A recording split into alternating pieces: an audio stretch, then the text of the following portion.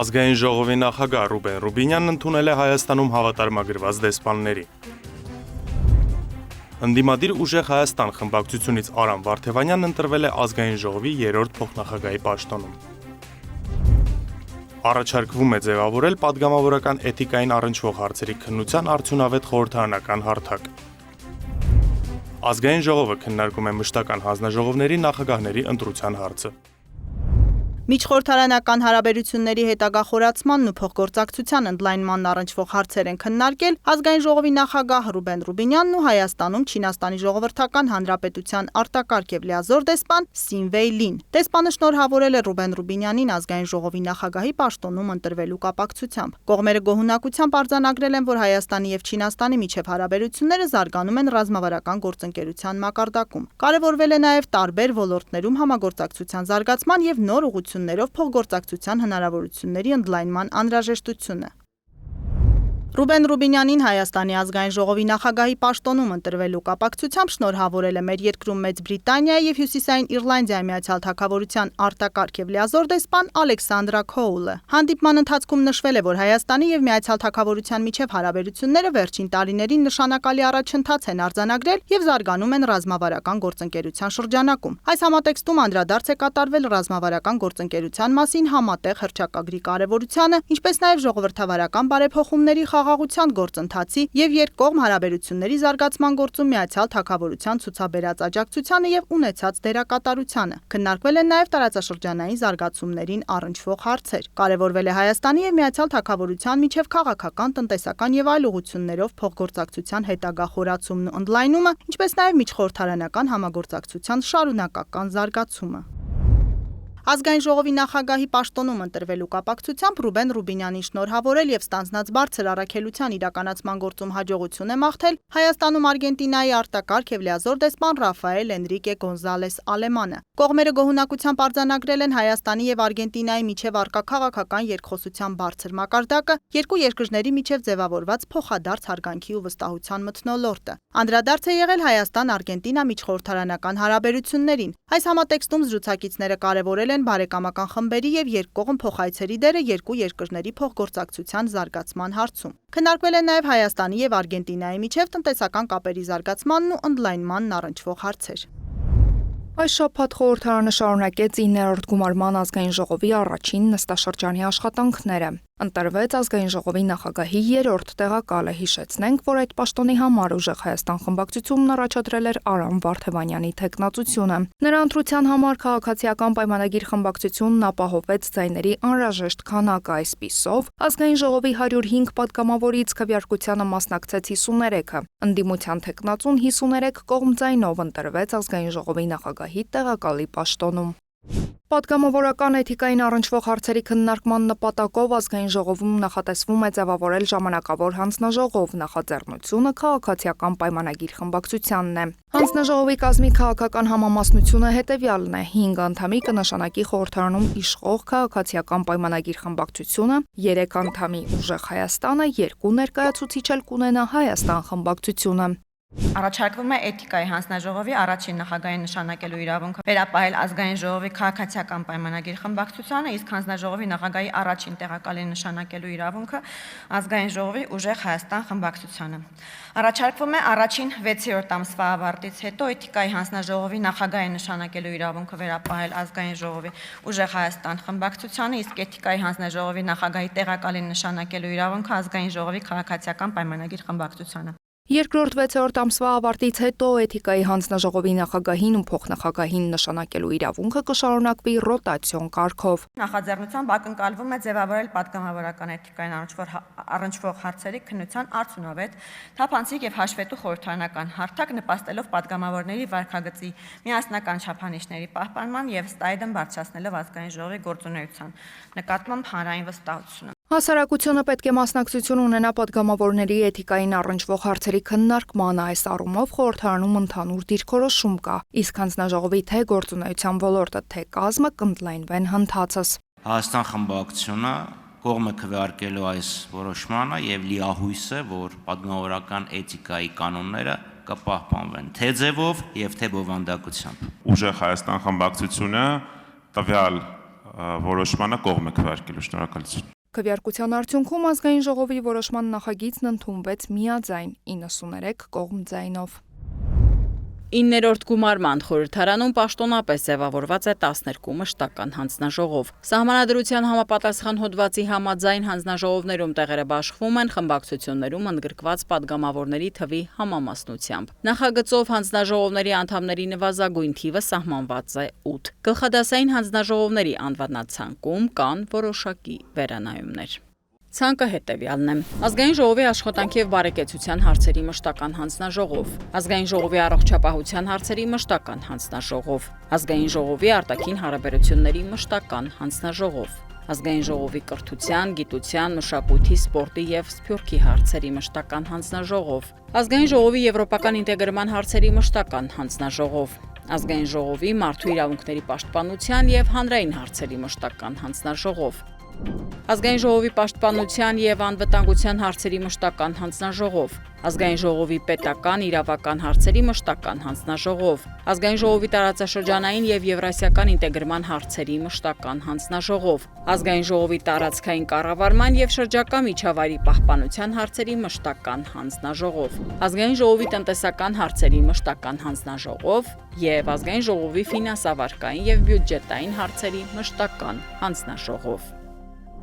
Ըստ Դոնթի Բանաձևի 8-ի ղեկավարումը վերապահված է իշխող քաղաքացիական պայմանագիր խմբակցությանը, 3-ը ընդդիմադիր ուժեղ Հայաստան, 1-ը Հայաստան խմբակցություններին։ Օրենքով սահմանված կարգով խմբակցությունները հերթականությամբ նաև ընտրեցին, թե որ հանձնաժողովներում են ցանկանում ստանձնել նախագահությունը։ Խմբակցությունների միջև հստակեցվել են նաև տեղակալների պաշտոնները։ Ազգային ժողովի պաշտպանության եւ անվտանգության հարցերի մշտական հանձնաժողովի նախագահի պաշտոնում քաղաքացիական պայմանագիր խմբակցությունից առաջադրվեց Վիլեն Գաբրիելյանը։ Պատգամավորը ներկայացրեց իրեն վստահված հանձնաժողովի առանցքն ու աշխատանքային այն սկզբունքները, որոնք օրինաստեղծ գործընթացներում լինելու են անկյունակարային։ Պաշտպանության եւ անվտանգության հարցերի մշտական հանձնաժողովի գործունեությունը առնչվում է Հայաստանի Հանրապետության ինքնիշխանության պաշտպանությանը,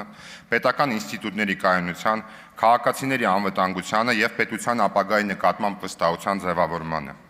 Այդ պատասխանատվությունը պահանջում է որակյալ օրենսդրություն, հետևողական վերահսկողություն, մասնագիտական ներգրավվածություն եւ պետական շահի շուրջ համախմբելու կարողություն։ Արուսյակ Ջուլհակյանին էլ իշխող խմբակցությունն առաջադրեց պետական իրավական հարցերի մշտական հանձնաժողովի նախագահի պաշտոնում։ Մոտենալով ամբիոնին պատգամավորը նշեց, որ գործնեության առանցքը լինելու է արդարադատության շահը հիմնված մարդու իրավունքների եւ ազատությունների վրա։ Ջուլհակյանը նաև հավելեց, որ հենց այդ հանձնաժողովն է այն հարթակը, որտեղ ձևավորվում է պետության իրավական ճարտարապետությունը։ Հանձնաժողովը պետք է դառնա բարձրորակ օրենսդրության մշակման եւ փորձաքննության կենտրոն։ Միաժամանակ նաեւ պետական իրավական հարցերի մշտական հանձնաժողովը պետք է իր օրենսդրական վերահսկողական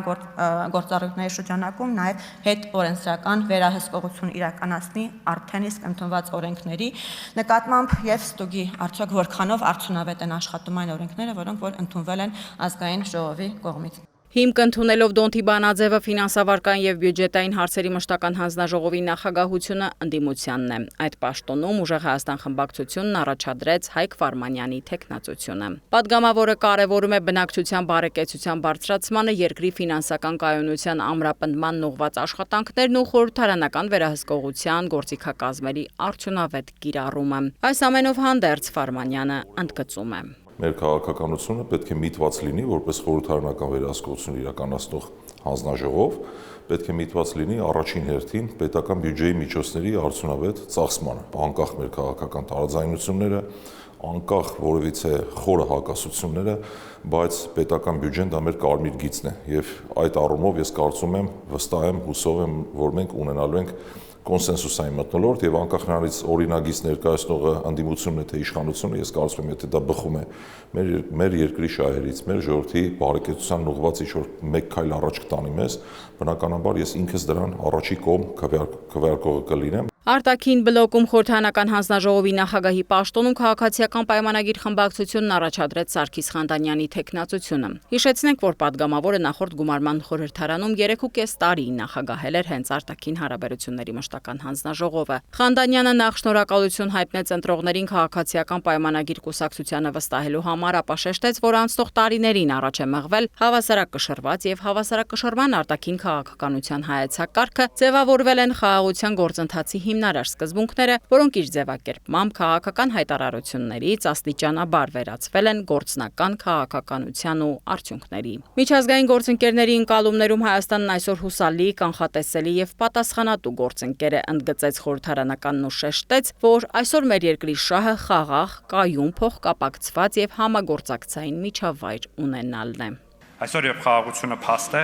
մենք հնարավորություն ունենք մեր դիվանագիտական եւ քաղաքական ռեսուրսի ավելի մեծ մասը ներդնել զարգացման, տնտեսական համագործակցության, փոխկապակցվածության, տեխնոլոգիաների, էներգետիկայի, կլիմայի փոփոխության եւ այլ գլոբալ օրակարգերում։ Եվ այդ ուղղությամբ առաջին քայլերն արդեն տեսանելի են։ Բալանսավորված եւ բալանսավորման արտաքին քաղաքականության կարևոր բաղադրիչը տարածաշրջանացումն է։ Դրա նպատակը շատ հստակ է՝ Հայաստանի համար սեփական տարածաշրջանում առանց արտաքին միջամտության ապրելը դարձնել ոչ միայն հնարավոր, այլև հարմարավետ։ Սա նշանակում է հարաբերությունների հետևողական զարգացում մեր անմիջական հարևանների Վրաստանի, Իրանի, Ադրբեջանի եւ Թուրքիայի հետ։ Եվ իմ առաջնահերթություններից մեկը լինելու է այս երկրների հետ միջխորհրդարանական կապերի զարգացումն ու ինստիտուցիոնալ ամրապնդումը։ Տնտեսական հարցերի մշտական հանձնաժողովում նախագահի թեկնածուն Բաբկեն Թունյանն է։ Պատգամավորին առաջադրեց քաղաքացիական պայմանագիր խմբակցությունը։ Հանձնաժողովի նախագահի տեղակալի պաշտոնում Թունյանն աշխատել է դեռ նախորդ գումարման խորհրդարանում։ Հիշեցնենք, որ հանձնաժողովի նախագահի պաշտոնը թափուր էր 2023 թվականից։ Խոսելով երկրի տնտեսական մակարդակի վերաբերյալ թեկնածուն ընդգծեց, որ օգոստոսի 8-ից հետո Հայաստանը նոր իրականության մեջ է ապրում, ինչը նոր հնարավորություններ է բացում երկրի համար ու հավելեց, որ մեր խնդիրն է մաքսիմալ արդյունավետ օգտվել այդ հնարավորություններից։ Այդ հարցում падգամավորը կարևորեց տնտեսական հարցերի եւ մյուս մշտական հանձնաժողովների մասնակցությունը process-ների մեջ։ Թունյանը վստահեցնում է, ընտրվելու դեպքում եւս հանձնաժողովի առանցքում լինելու է երկրի տնտեսական շահը, իսկ տնտեսական համայնքի ձայնը օրենսդրական նախաձեռնություններում կարևոր։ Ինչ վերաբերում է աշխատավոճին, ի տարբերություն նախորդ անգամվա, այս անգամ ոնց որ թե հույս կա, որ ընդդիմությունը կմասնակցի հանձնաժողովների աշխատանքներին, ամեն դեպքում այդպիսի պատրաստակամություն են հայտնում, նաև մտածում եմ, որ կարելի է ընթացքում ակտիվացնել երկխոսությունը թե գործարար համայնքի հետ, որը եղել է, բայց միշտ տեղ կա ավելի բարելավելու ակադեմիական շրջանակների, փորձագիտական շրջանակների հետ եւ իհարկե նաեւ վերլուծական կարողությունները ավելացնելու ուղղությամբ քայլեր պիտի կատարվեն։ Տարածքային կառավարման եւ շրջակա միջավայրի պահպանության հարցերի մշտական հանձնաժողովի նախագահի պաշտոնում ընդդիմության թեկնածուն է։ Ուժեղ Հայաստանից առաջադրվեց Դավիթ Ղազինյանը։ Պատգամավորը նշում է, օրենսդրական բարեփոխումների առանցքում կլինի տեղական ինքնակառավարման համակարգը։ Մեր նպատակը պետք է լինի մարդկային կարողություններով զարգացած ֆիսկալ ինքնուրույնություն ընդլայնած բնակչին մոտ եւ որակյալ ծառայություններ մատուցող ուժեղ համայնքը։ Վերաիմաստավորման կարիք ունի նաև մարզպետի եւ մարզպետի աշխատակազմի դերը։ Մարզպետարանը պետք է աշճանաբար վարչարարող մարմնից վերածվի տարածքային զարգացման իրական կենտրոնի, համադրելով համայնքային մարզային եւ պետական զարգացման ծրագրերը, ձևավորելով մարզի երկարաժամկետ առաջնահերթություններ եւ նպաստելով ներդրումների ներգրավմանը։ Ազգային ժողովի մշտական մյուս հանձնաժողովների նախագահների թեկնածուները նիստերի դահլիճում կներկայացվեն արդեն հաջորդ շաբաթ։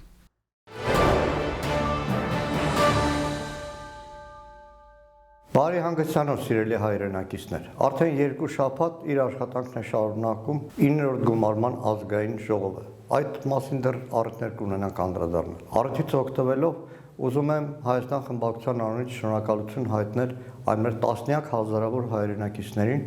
ովքեր վստահեցին Հայաստան դաշինքին, ովքեր գնահատեցին անցնող 5 տարիներին Հայաստանի ազգային ժողովում Հայաստան խմբակցության դժվարին պայքարը, դժվարին աշխատանքը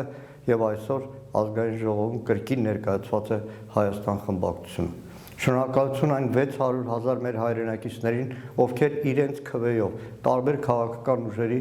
տրված քվեներով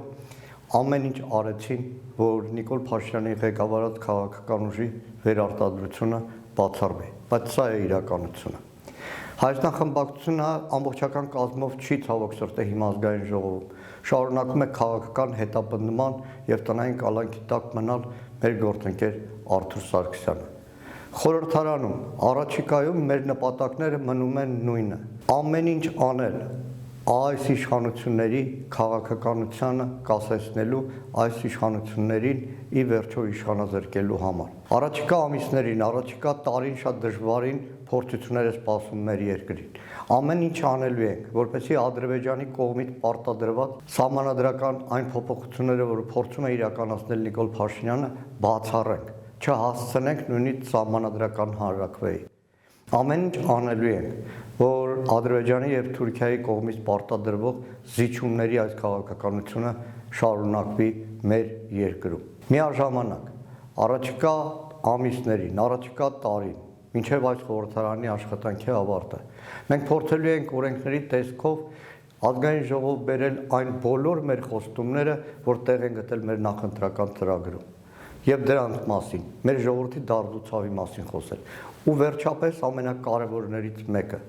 այսօր Հայաստանում հարյուրներով քաղաքական բանտարկյալներ կան։ Իրավունքներից զրկված մեր հայրենակիցների իրավունքները պաշտպանելը, նրանց ազատության համար պայքար մղելը լինելու է մեր առաջնահերթությունների մեջ։ Ինչպես անցնող 5 տարիներին մենք ավելի շատ եղել ենք անազատության վայրերում, քան որևէ այլ տեղ։ Այդ պայքարը, այդ աշխատանքը շարունակվելու է։ Եվ վստահաբար մեր հայրենակիցները կտեսնեն այդ ամենը եւ հույս ունեմ, որ նաեւ կգնահատեն։ Լավ օրվա։